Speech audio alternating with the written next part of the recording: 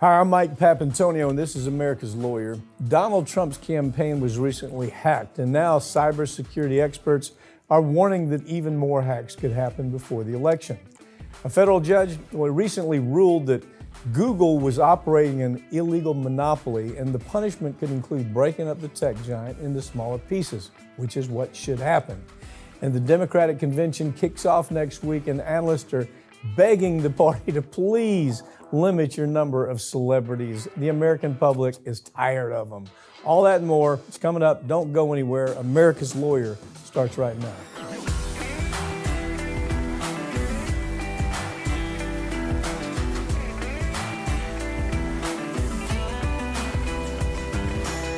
The Trump campaign has been hacked recently, and reports suggest that Iran could be responsible. Our cybersecurity infrastructure appears to be incredibly weak, and our leaders, well, they're not doing much to fix it.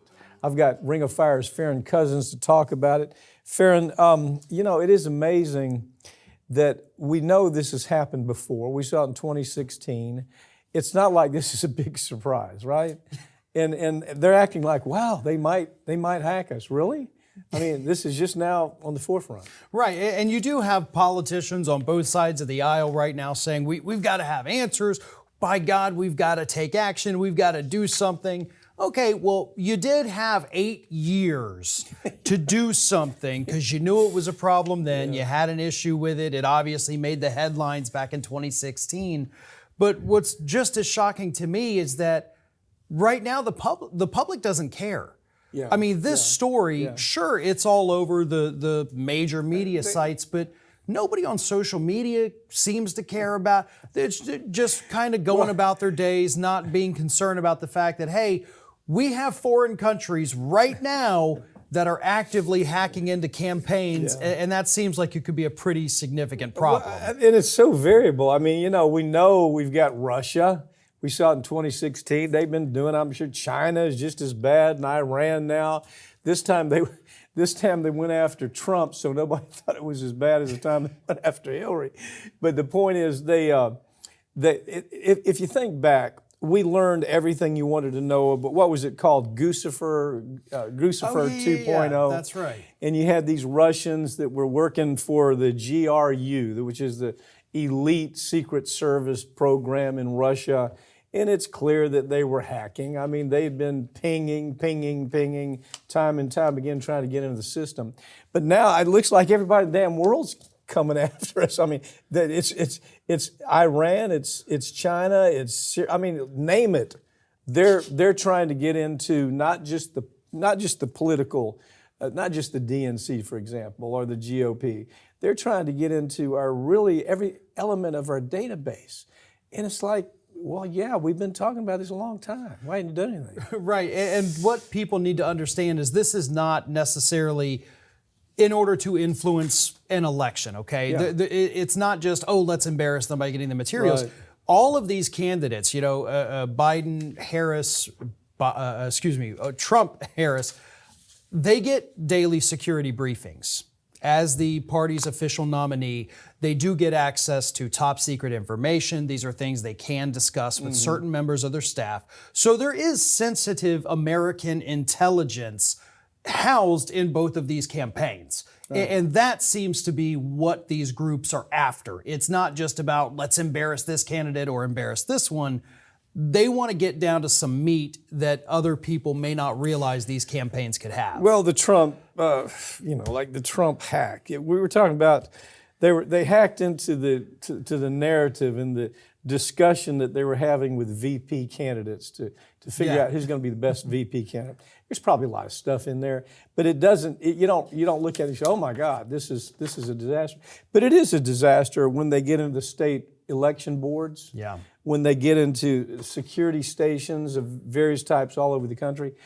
Actually, I remember Obama talking about this for a very long time. He said, we've got to do something, we have to do something. I never saw anything happen, but I saw the discussion that something has to happen. Yes, and now they're having those discussions even harder, is we still need to do something, but still nothing happened. Yeah.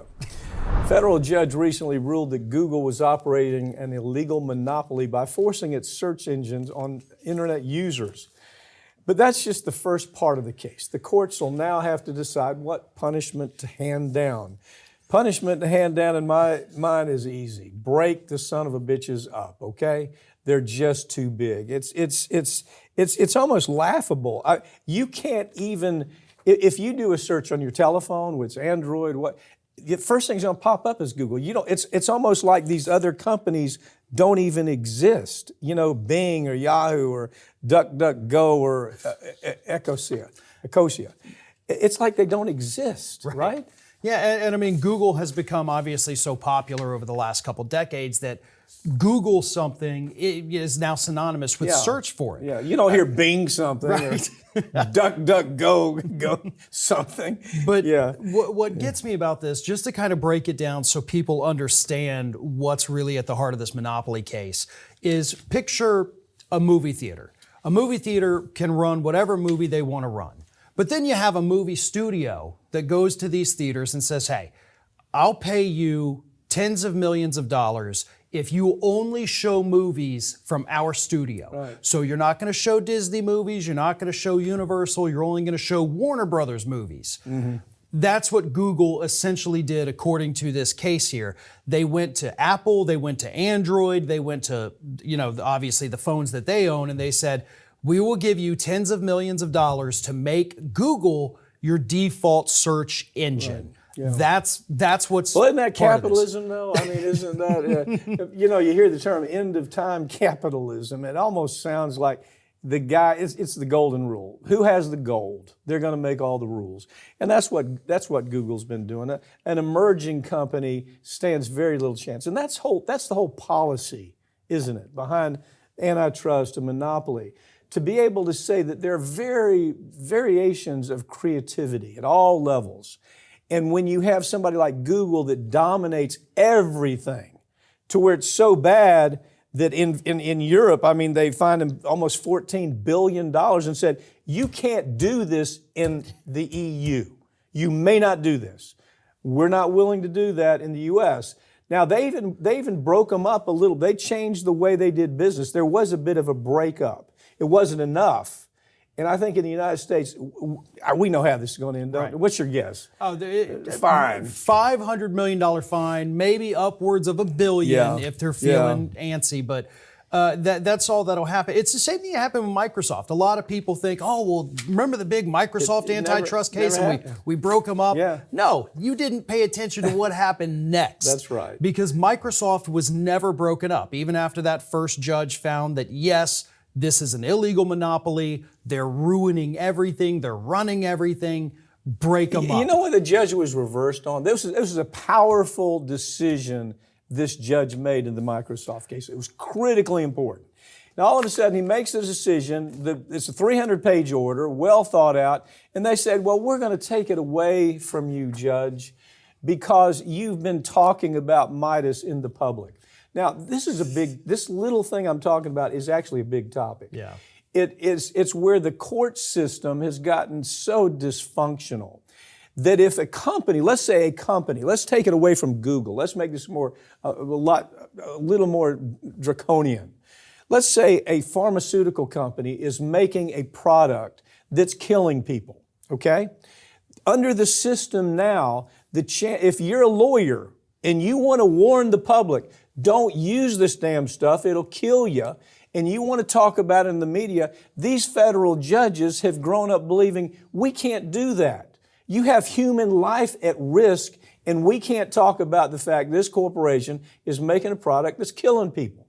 It's gag orders, it's just the whole policy of these judges is so archaic, and it's so wrong-minded, and people are dying because of it. In this situation, nobody died, but the judge was simply saying, listen, this is an ever-present danger to the whole monopoly process of the tech industry. He was calling it back then. He said, if you let them do this, everybody else is going to do it too, and that's what we're seeing. Yeah, and just to kind of hammer your point home about lawyers not being allowed to talk about cases, you and I both a couple years ago were warned yeah. by a judge because the other side complained. We had done a segment on them. Yeah. They ran crying to the judge and said, "Judge, this is not fair. Look what they're doing." I got pulled into court about it. Right. And then a few weeks after that happened, those same defendants were allowed to publish an op-ed in the Washington Post Yes. defending their product. Yes. And I don't even know if we're still not allowed to talk about the issue. No. I'm gonna talk. I went after the Sacklers. I went after the Sacklers. I shed a light on the fact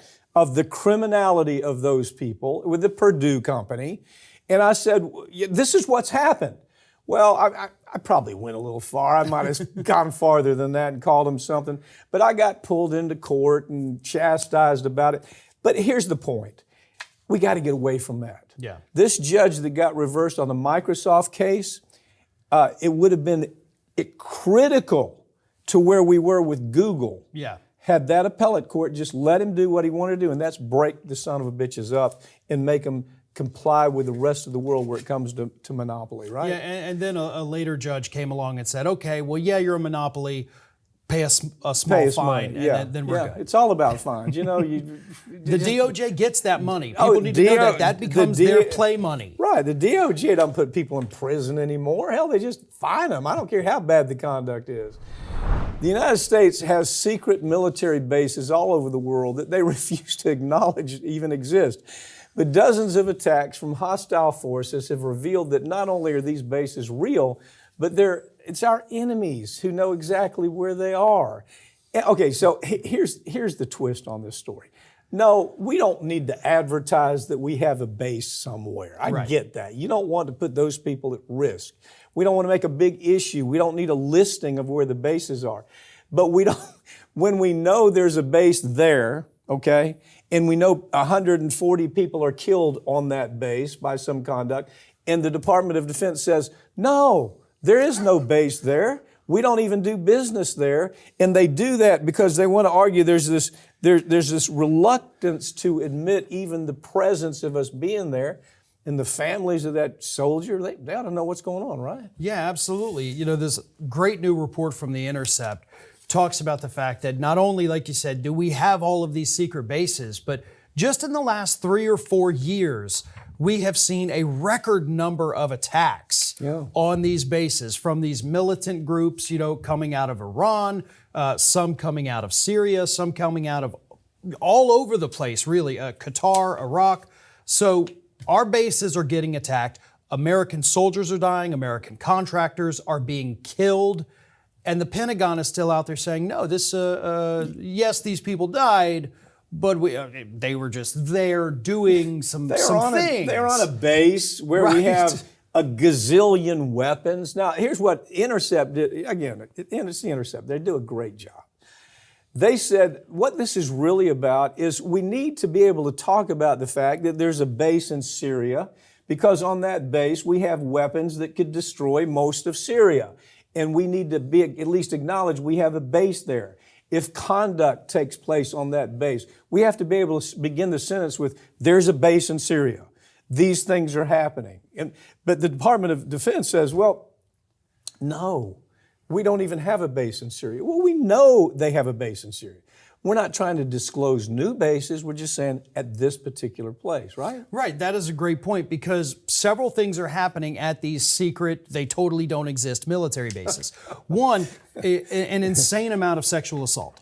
Oh, really? Yes. Yeah. Those reports are absolutely through the roof. Wow. And they can't take action on them because this is a place where we deny this place exists. Yeah. So obviously bad conduct cannot take place at a location that does not exist. Right. So that puts these victims in a severe disadvantage to try to get accountability.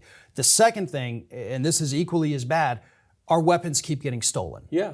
So they're ending up in the very hands of the people who then attack us with them, or they attack our allies with these weapons. Right. And so it gives the government this little bit of deniability of, oh, we don't know how these bad guys got our weapons. Yes, you do. You won't admit that it came from this military base that they attacked, they raided, they ran away with your weapons. But it doesn't exist. Exactly.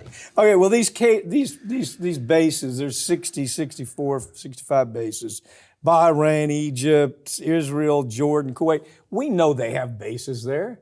And the point is this, they have such deniability of anything that goes wrong in those places. If they say, no, don't use the word military base or outpost, we don't have any there. Well, we know they're there. It's just so DOD, isn't it? Yeah. It's just so DOD. Well, it can also prevent them when the Americans or the contractors get killed there. Oh, no, they weren't killed in this, which Yeah. would entitle you to certain benefits. Exactly. They were killed, on a Yes. diplomatic That's mission. that's a very good So point. I really had not thought of, but it's another reason to hide. I mean, like as if we're morons. Yeah. Well, it looks like a rabbit. No, it's not a rabbit. It's something else. Right. More than 50 members of Congress in the last 18 months have been caught violating the Stock Act, with 3 violators caught in just the last week. For years, we've seen members of Congress violate the law, but not a single one of them has suffered any consequences. Again, I start this by, if you and I went out and did what these congressmen and congress ladies did, we would be in prison because we would be engaging in insider trading. We've gone to a meeting. At the meeting, we learned that Boeing is going to sell a bunch of more weapons overseas. So what do? We go and we invest into Boeing, right? They do this kind of thing every day in the health care system, in the energy sector, in the weapons industry, in the pharmaceutical industry. These little cretins go to meetings where they're on committees, right? And they take that information and they call their broker, hey, you know what I just found out? Boom, they buy the stock. Exactly, and it's the worst with the budget. When they're sitting there working on the upcoming budget for the next year and they know, okay, listen, we're increasing the Pentagon's budget by $100 billion next year. We've got all this global turmoil, weapons. I want all my stocks, everything moved over to this area here. We're about to give them tons of money. I'm going to make a fortune off this. And unfortunately, folks, I don't know if you have a favorite lawmaker, but I can promise you they're most likely on these lists. It is not a Republican thing or a Democrat thing. It's not a left versus right. No. This is bipartisanship in violating the Stock Act, which is a federal law. Let's be clear. It's a federal law. There's no way to defend this. Right. But people are going to defend it because they're a Democrat or, oh, gee, they're a Republican. So what they did, yeah, they broke the law, but that's okay. That's how crazy our thinking is now. Yeah. In any other world, these people would be they'd be in criminal trials, being perp walked. So you have them where they're supposed to report, for example. Let's at least say, okay, they don't have to do anything else except say, yeah, I walked out of that hearing and I went and I sold Boeing short, okay? I did that because of the information I had. Okay, you can do that as long as you say, hey, I just did something that would end up throwing a typical citizen in prison, but I've disclosed it. So you can't do anything to me, right? And they don't even comply with that, do they? Right. That is about the only part of the law. They're kind of allowed to do this insider trading. I mean, they are allowed to do this it's insider encouraged. trading. But all you got to do is just tell us Yeah. that you're doing the insider trading, and they can't even do that. And obviously, that's going to hurt you in a campaign. But again, like you mentioned, 50 lawmakers in the current session of Congress here. And it's people all the way up to Nancy Pelosi. Oh, my God. You got Marjorie Taylor Greene. You got Jared Moskowitz. You've got just all these people from both sides of the aisle who are looking at their jobs in Congress, not how can I help these people in my district? Yeah. How can I help the country? Yeah. It's how can I put some more zeros at the end of my bank account? And that's what they're doing. Do you realize there's actually a service that we've actually talked about this case, this study of this situation before. There's an organization that does nothing but figures out what Nancy Pelosi's husband traded that day, or Moskowitz, or whoever it is. What were the trades that were made by Mitch McConnell? What did they sell short? What did they buy? Blah, whatever it is. It's a service that does nothing but that, because a smart person is going to say, hell, Mitch McConnell just sold X number of shares in this company. Probably ought to do it too, right? Yep, and it is. This company just monitors what members of Congress are trading and then goes and tells people on Wall Street, hey, okay, they all just bought Boeing. You guys need to buy Boeing. Something big's about to happen. Or they all just sold Google. Get rid of Google. Something bad's going to happen to them. It's ridiculous, but that's how you follow it. Have we gotten to the point where that's just okay? I mean, I just want, I'm serious. Have we gotten to the point where it's just okay? It's okay because Nancy Pelosi is a Democrat and her husband's a Democrat and I'm a Democrat, therefore we're just going to look the other way. Have we gotten there? I mean that is a serious question. I think the public themselves have grown numb to it. Yeah. But in terms of accountability like this, this legislation to ban stock trades, it's not going to pass because you have to get the people that are doing the trades to vote in favor of the legislation that's going to take money out of their pocket. They're never going to do that. Yeah. It's like them voting down, giving themselves a raise. They're not going to do that. If they can get more money, by God, they're going to do it. The last constitutional amendment in the United States was there to raise, so legislators could raise their pay. Yeah. That tells you how connected they are to what the American public really cares about. The Democratic convention, well, it's going to kick off next week, and political analysts are begging Democrats, please, don't overload this convention with celebrities like you did with Hillary Clinton. We saw what happened with Hillary Clinton. She didn't even look like she lived in America. It was like, here's the problem. These are people who live in gated communities. These celebrities they don't sit around at dinner tables and talk about, we can't afford to buy pork chops. These are people, they live in friggin' gated communities. They have nothing in common with the American public. And so, but the Democrats think, well, we need to put them out in front of they need to be part of our team because that's really going to encourage people to vote for us. It's just wrong thinking. Yeah, let's get Beyonce up on stage. Let's get Taylor Swift, which, by the way, those are two names that they may be there, they may not. Taylor Swift ain't going to show up. But she's smart. Beyonce's the big one they want, She's smart, too, and she isn't going to show up. Right. They may support him, may not, but don't go to the convention. Yeah. And you're absolutely right. I mean, we all remember at the 2016 DNC, they put out that video, the fight song video. Oh my God! That only featured celebrities singing along to it. Crazy. And it's like, you guys are supposed to be the party of the labor unions, the party of the average working people. Yeah. Bring those people in if you really want to drive this thing home. Because I think somebody normal. I mean, that's the term you're using. Yeah. Get somebody that. Yeah, I had a drink with that guy the other day. He's a pretty normal guy. He thinks like it's just this disconnect. Where for some reason, the Democrats are the worst about it. You got to admit. I mean, we do this party thing a lot. Damn Democrats, they just thrive on it. We got to have this big celebrity. And you know what's so wrong about it? That's not why they got the vice president choice they got. Right. Why did they get him? They got him because he can relate to, in their belief, he's going to relate to normal people. He looks normal. He doesn't look like a celebrity. He doesn't talk like a celebrity. He's just one of the guys, which was brilliant. Yeah. And then you just ruin all that when you put, he's not the kind of guy that needs to be up on stage with John Legend, exactly. Who is going to be performing at the DNC. Yeah. But look, I mean, he's got to give speech. John Legend, he's got to give a speech and perform. Well, and Trump at his convention, he was introduced by Hulk Hogan. And that was... Is that a celebrity real? I mean... But that was so... weird, honestly. Weird, yeah. And so the Democrats, I think they also need to look at that and say, okay, we can't be those people. We cannot be the weird, creepy. Get an average voter to go and introduce Kamala. Get a labor union leader to introduce them. But they already are that people. They're already, that's already how they're viewed.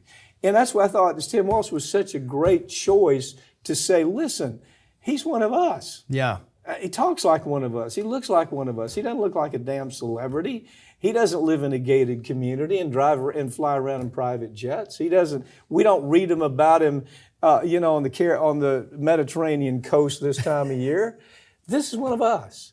And I just don't know why they can't let this Democrat celebrity thing go. It was a disaster for them with Hillary, and potentially it could go wrong here too. Right. If the celebrities already support your party, that's great. Let them do that when they go out on their press junkets. Yeah. You don't have to have them at the convention. It does not show that you relate to the average everyday person at all. People don't care about them. I mean, you know, They really don't care.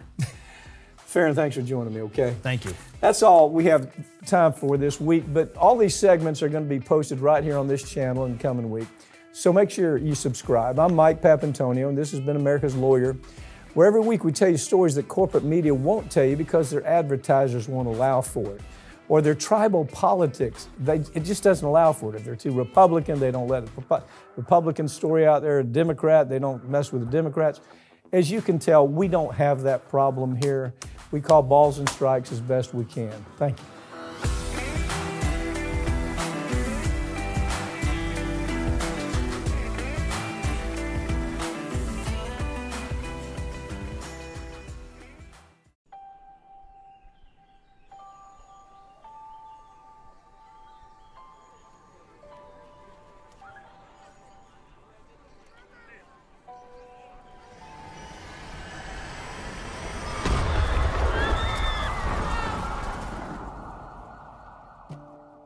That it had helped dirty money flow through its branches around the world, including at least 800... Plaintiffs allege that the defendants provided money and medical goods to terrorist groups Hezbollah and Jaish al-Mahdi. This is a well-organized business for these individuals that carry out these attacks. Terrorism is a business, and they run it like a business. They knew about what was going on for a decade. They absolutely, no question about it, knew that HSBC was washing money. They had every reason to understand it was for terrorism and it was for drug cartels. Took no action whatsoever. These banks are involved. Their accounts are connected, and they're using them to mask the transactions. The more complicated they can make the transactions, the more distance they can put between the bad guys and the seemingly legitimate purpose of these funds. They pay $1.9 billion, which is a drop in the bucket compared to what they've made, and nobody goes to prison. These CEOs, these bankers that made this decision, they're safe at home. They know what they've done. It's resulted in the death of Americans, contractors and soldiers, not just hundreds, but thousands. And we look the other way because they don't look like criminals. The die is cast. The people that are responsible are on Wall Street. And they don't look like criminals. It's almost a suspension of disbelief. Sometimes I'll have people call me and say, is this real? Do they really get away with this? Yeah, they do.